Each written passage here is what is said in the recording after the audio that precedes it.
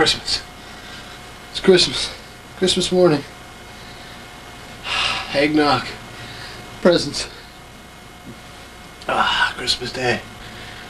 Gotta get up. Gotta get up. Gotta get up.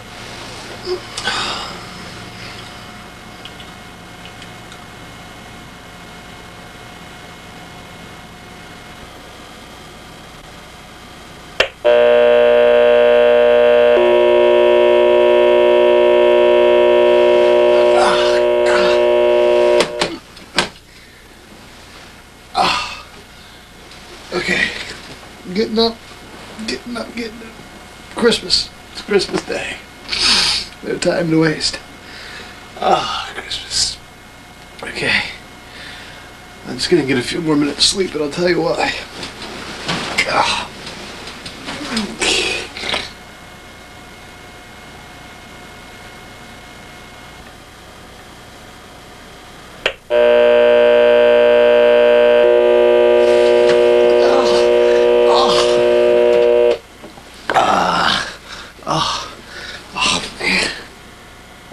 I'm gonna miss the whole day. Alright. I'm up.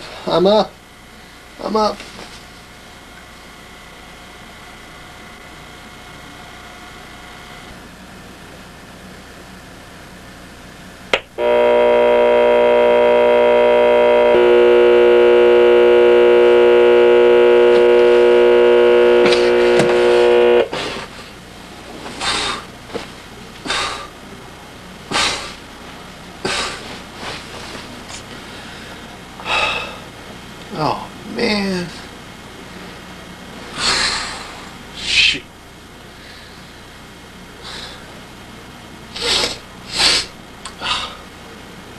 I want some soda.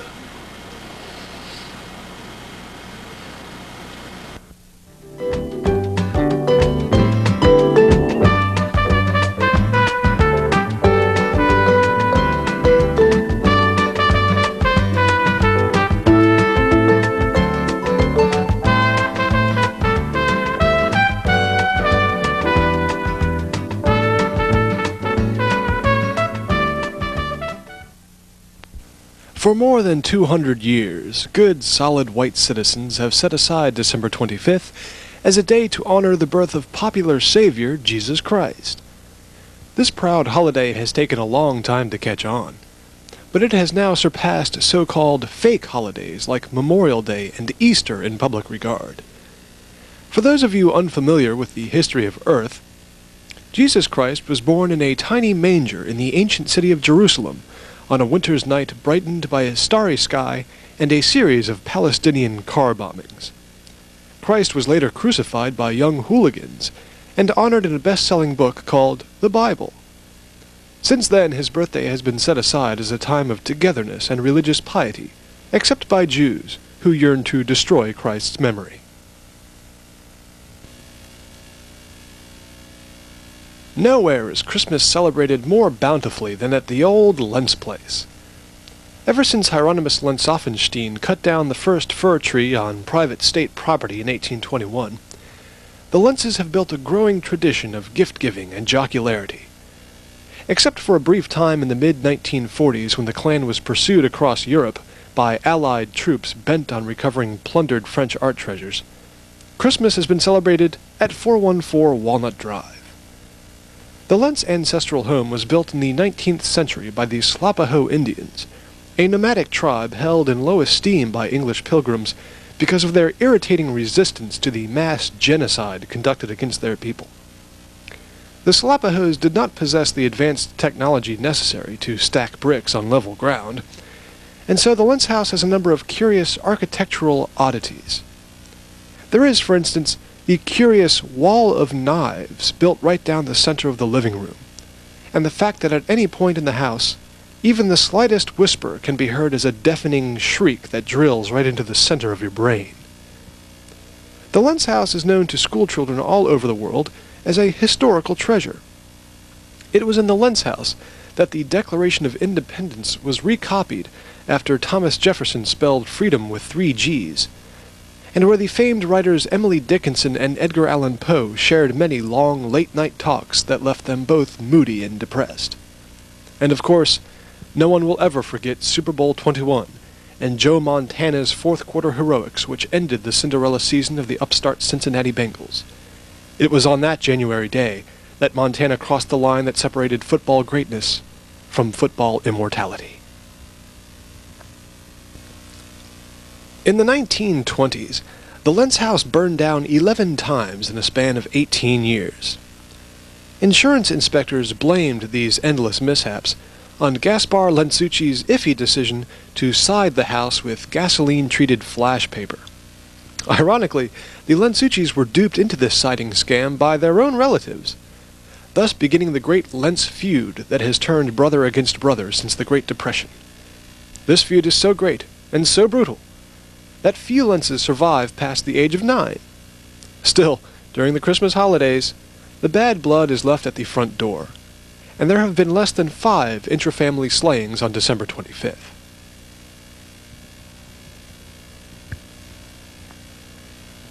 The aforementioned depression, initiated by complex economic factors detailed on tapes 2, 3, and 4, may have left Jean-Luc Lentz-Marché without money, but it did not dispel his Christmas spirit. As the constellation of Jupiter rose over Bethlehem, this much-loved family godfather took his children to the ghettos of Baltimore to go caroling in a hospital for the mentally ill. Papa Jean-Luc never returned that day, having been set upon and devoured by the hospital's criminally insane patients. But to this day, an ornament in his honor would grace the tree if Mom hadn't traded it at the antique store for some stupid battery-operated robot that sings Let It Be. This brings us to the modern age, in which steam trains howl across the newly settled West, and consumer products are assembled by cyclopean machines larger than even the tallest chair. Of course, since its invention, Christmas has undergone many changes. Where the first celebrants exchanged dried weeds and blocks of compacted ash beside the tree, today we look forward to opening our stockings and finding personal checks and brand new sports cars. Different cultures have adapted Christmas in different ways. The children of turn-of-the-century Iceland cheered in joy when opening packages filled with used bowling shoes. But recent trade relaxations have enabled tiny tots from all over the backward countries to enjoy more desirable gifts like electricity and shelter. Would you believe that in Japan, Santa Claus is feared more than death itself, and is, in fact, blamed for the bombing of Hiroshima? And in the country formerly known as Burma, people celebrate Christmas simply by bumping stomachs with their neighbors at the stroke of midnight and saying, "Have a good one." The Lentzes of America follow more normal traditions. For instance, the receipts for each gift are always saved and used to exchange the presents for cash. And no one is allowed to open any package until it is repeatedly sterilized in a large vat of rubbing alcohol built out of paper mache by the youngest member of the Lentz family. The leftover alcohol is then donated to Goodwill, and, after this offering is rejected by that organization for obvious reasons, the stuff is dumped behind Hillsmere Elementary. Youngsters returning to school after Christmas break who grow woozy at the rising stench of the alcohol know that once again, the Lentzes have had a joyous holiday season. Christmas 1997 will be special for several reasons. This will be the first conscious Christmas for little Carter, who sociologists agree may be one of the last hopes for a normal Lentz. It's been quite some time since the Lentz household heard the pitter-patter of little feet that did not belong to plague-carrying rodents. What must Carter's undeveloped cerebellum think of all the bright lights and festive holiday decorations he sees strewn around the house until late February? Of course, concerned loved ones and agents of social services may question Les and Sally's ability to raise a child, but no one doubts their enthusiasm for making Carter's first Christmas a magical one, and to set aside time on the 25th to visit the child at his grandparents' house.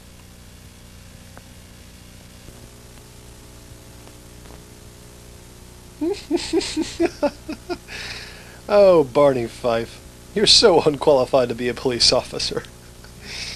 Wait a second. Sweet Pea, what day is it? Oh my God, it's Christmas Eve. Oh, I forgot to do all the shopping. I don't have presents for anybody. Okay, don't panic, don't panic. It's got to be something I can get these people. Something around the house. Okay, alright, who's first on the list? Leslie.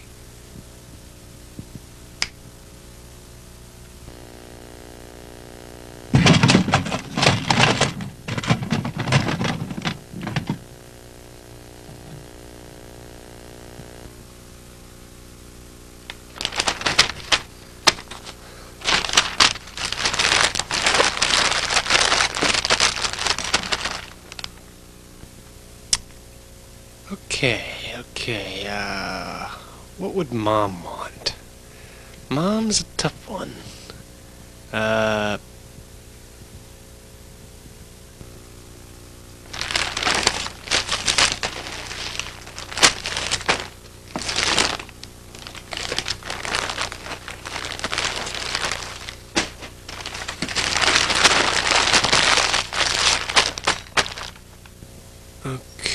Okay, Dad.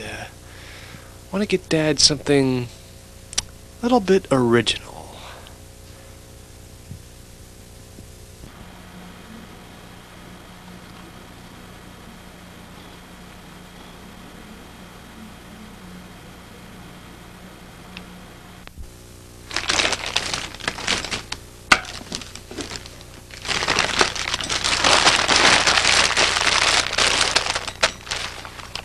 Hey, Tristan.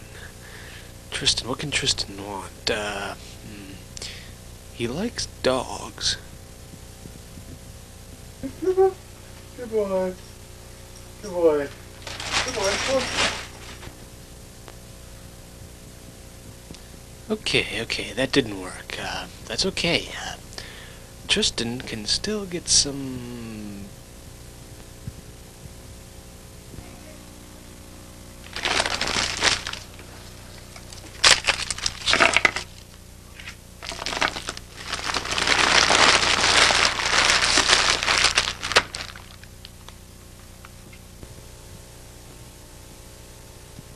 Ah, Lentz, you've done it again. Coming through in the clutch.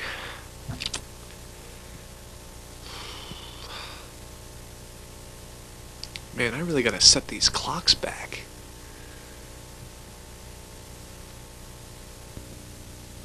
Hi, I'm Bill Bixby.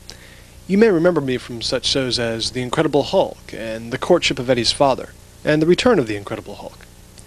You know, every time I go to the mall these days, it seems like they've opened another huge new store that sells nothing but video fireplace tapes. Or video aquariums or something. Now, if you're anything like me, you're tired of buying every retard on your Christmas list one of these boring video simulations of real life. That's why I've been paid to endorse Video Sweet Pea. Now the whole family can relax and watch 3 hours of everyone's favorite would-be dog to get them into that soothing sweet pea spirit. Accompanied by tasteful new age music, these beautiful shots would both lull you to sleep and set your pulse a-racing. First he's on the couch, then on my bed, then on my bed for a little bit more, and the next thing you know he's asleep entirely. So buy Video Sweet Pea. 10% of all proceeds will go to the American Society for the Prevention of Cruelty to Animals Except Cats.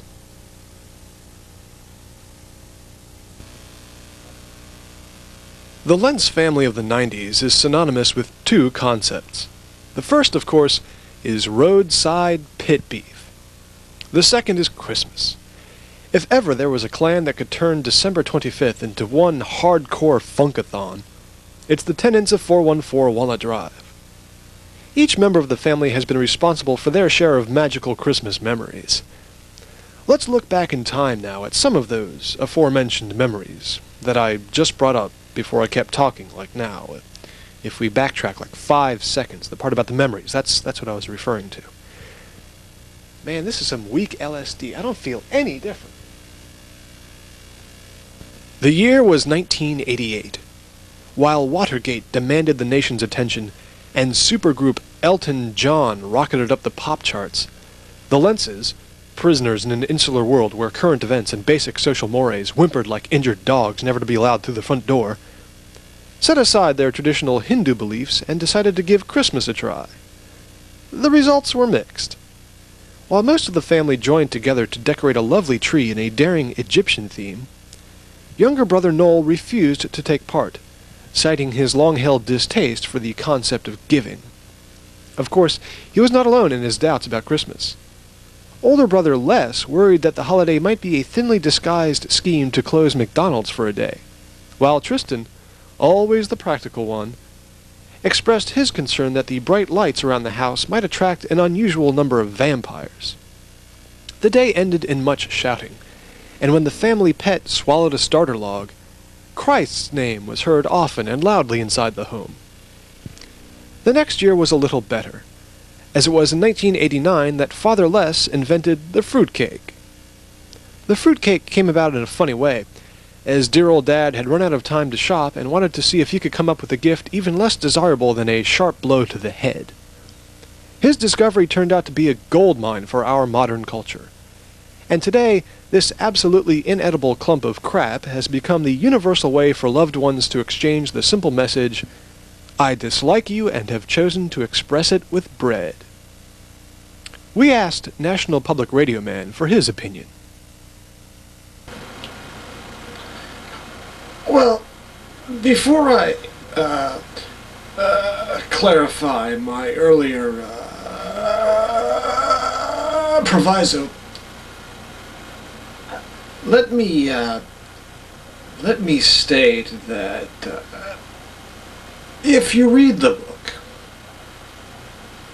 I say declaratively, let me go back to my earlier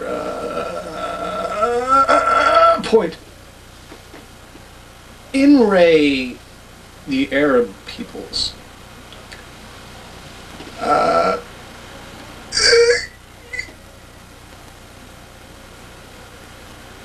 music has long been a staple of Yuletide merriment, and the Lentzes, a musical family by nature, have contributed many carols to the American Christmas canon. Where normal families are content on Christmas Eve to drag out overused tripe like Jingle Bells and O Bethlehem, the Lentzes have tried to put their unique stamp on the season by creating their own songs. Who can forget Dad's mellow baritone trolling through the lyrics to the self-written "Jesus Never Had a Chance," or Mom's whiskey-drenched voice on the neighbor's lawn belting out a revised version of Frosty the Snowman in which two Quakers are buried alive?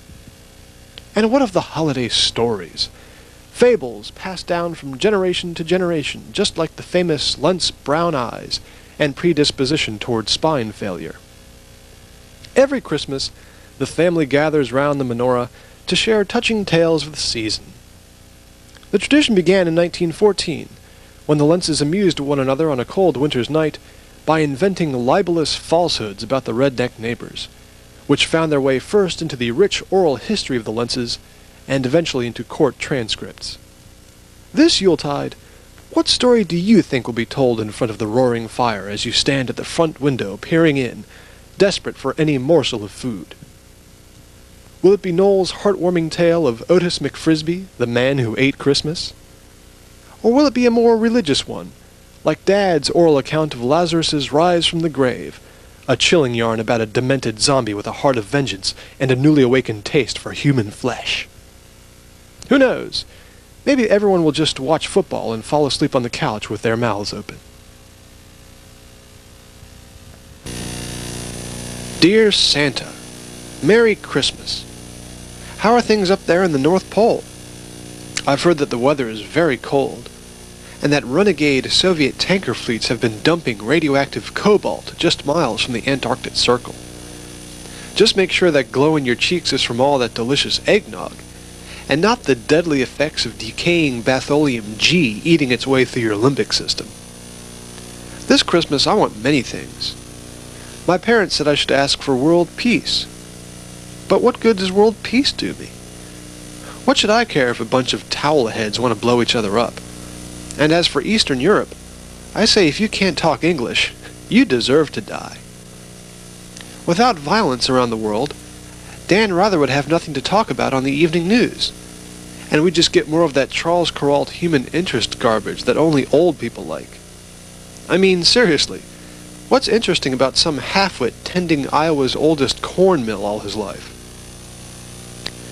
My parents also said I should ask for an end to hunger. Right. My teachers in college told me that hunger is what keeps the little people down, and this is a very good thing. If everyone had enough to eat, America's position as the world's superpower might be threatened. We already have enough to worry about, what with the recent secession of Oregon, and the fact that 2 of the Great Lakes seem to be missing. I don't expect you, Santa Claus, to be able to solve any social problems. It doesn't take a genius to figure out that one man can't make a difference. So I shall limit my Christmas requests to simple retail goods, and perhaps an elf. Yes, I would like an elf this Christmas. From what I hear, they breed like flies, so you should be able to spare one. I could put an elf to many uses. His diminutive stature could be used to attract crowds of onlookers willing to pay good money to see a genuine freak, and his kidneys could be harvested for sale on the black market with few lasting health effects. If you cannot supply an elf due to the absurdly strict labor laws regarding indentured servitude, I would like one of those idiotic miniature Exxon trucks that gas stations try to hawk every December, so I can have the joy of pretending I'm some overfed hick hauling diesel through Ottawa in the middle of the night while keeping my eyes open with amphetamines. Thank you for your attention. P.S. Psych. There is no P.S., you fat bearded windbag.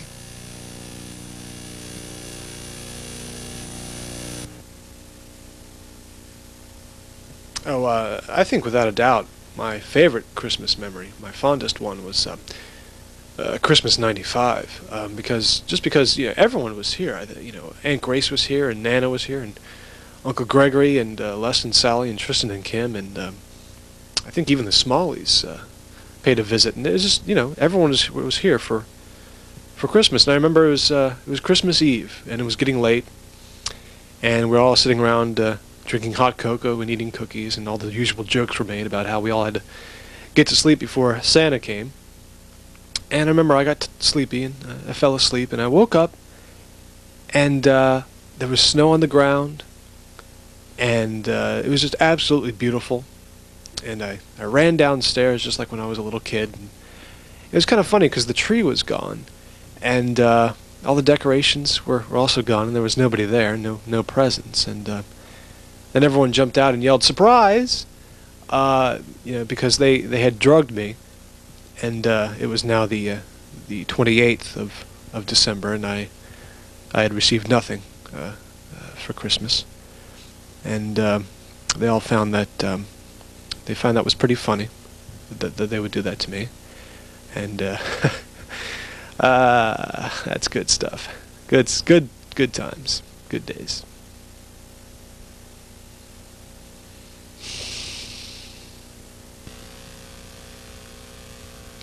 By now you have learned much about the rich Lentz tradition of Christmas. You know far less about what happens on Thanksgiving, on the 4th of July, or during the autumn harvest when mysterious druidic ceremonies render the family unconscious and afterward unable to remember the tortured elfin shrieks that neighbors hear coming from the kitchen cabinets. What does Christmas mean to you? How many of the Lentz traditions are like your own? What sort of presents would you like to receive this year? What is your credit limit? What is the most humane way to slaughter a chicken? Would modest concessions to states' rights have prevented the South from going to war? What do you see in this seemingly innocent inkblot? We have no time to answer these questions because it's time for Christmas. Where's the eggnog? I just had it right here on the table. It was right there. You couldn't have just gotten up and walked away. All right, everyone just calm down and search the person to your left. Why does this have to happen every year?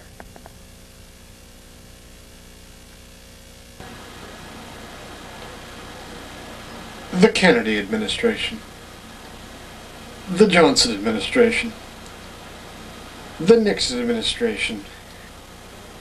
the Ford administration, the Carter administration, the Reagan administration, the Bush administration, the Clinton administration.